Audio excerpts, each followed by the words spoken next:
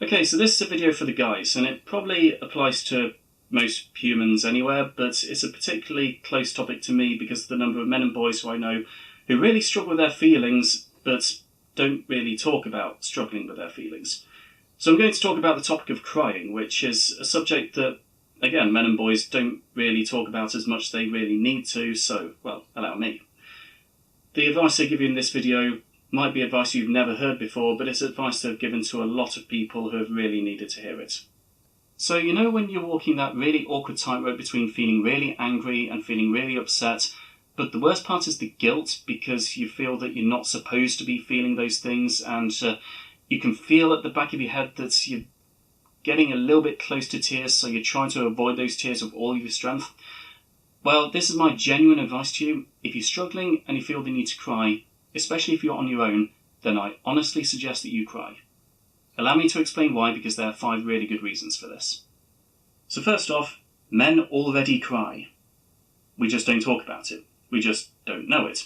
The men who cry tend to do so in secret and don't talk about it because they were taught from childhood that boys don't cry and never had the opportunity to learn that that's actually a load of crap.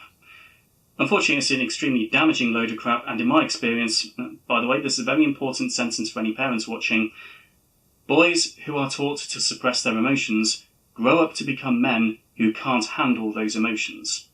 Not healthily, anyway.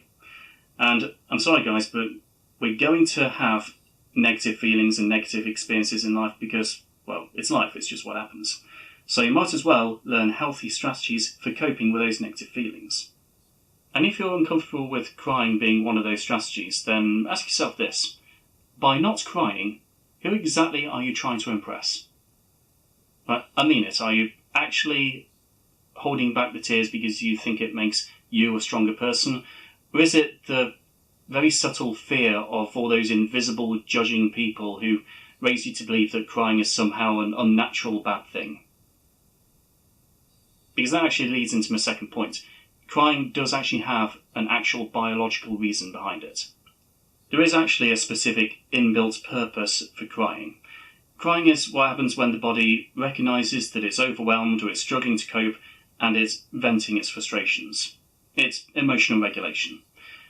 And I know that some of us have been brainwashed so hard against crying that the only way some of us can release our frustrations is by punching a wall or punching a person or doing drugs or something. Now, not only is crying far more effective and far less damaging than all of those, but the reason it's so effective is because crying isn't some kind of failure of strength. It's your body doing biologically what it is designed to do.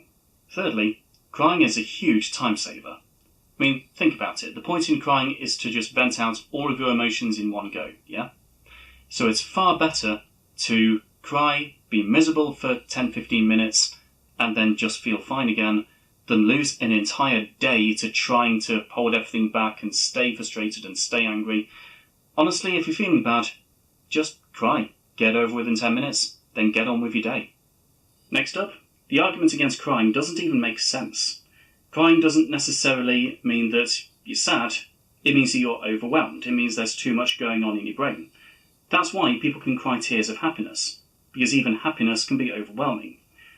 Personally, I can cope with good days, obviously, and I can cope with bad days, but the days that I struggle with the most are the ones that keep jumping between being really good and being really bad, because they may not be the days that I'm saddest, but they are the days which are most overwhelming for me. But when you think about it, the biggest reason why so many men and boys hate the idea of crying is because we've been told to hate it. There's a shame attached to crying, even crying tears of happiness, that really shouldn't be there, and when we get told that crying is a bad thing and we shouldn't be doing it, we lose the chance to let our eyes do what they're supposed to do in order to help us cope with being overwhelmed. And finally, crying is really important for emotional balance.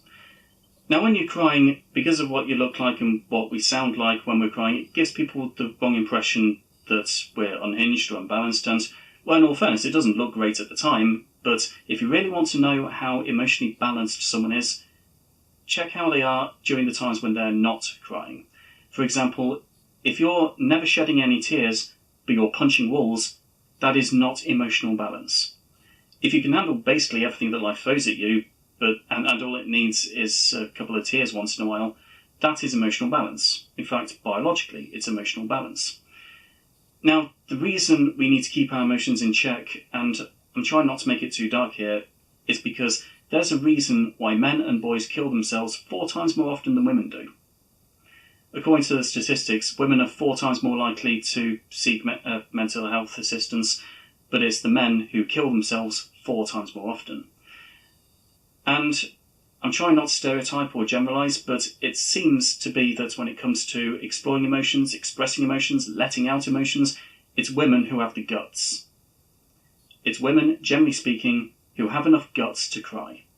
And that's something that we need to address and something that we need to improve on as men. So in conclusion, crying feels really bad for just a couple of minutes, and then you get to spend the rest of your day just being fine again. And the long-term benefits of crying are actually really, really healthy. And I will repeat the sentence just one more time because it's an important one. Boys who are taught to suppress their feelings grow up to become the men who can't handle those feelings healthily. So seriously, lads, take this advice. So that's it for this video. My name's Chris, by the way. I run Autistic Not Weird. And I think I'm supposed to say something like and subscribe or something, but I really don't care. Just look after yourselves and have a good cry once in a while if you need it. Alright, take care.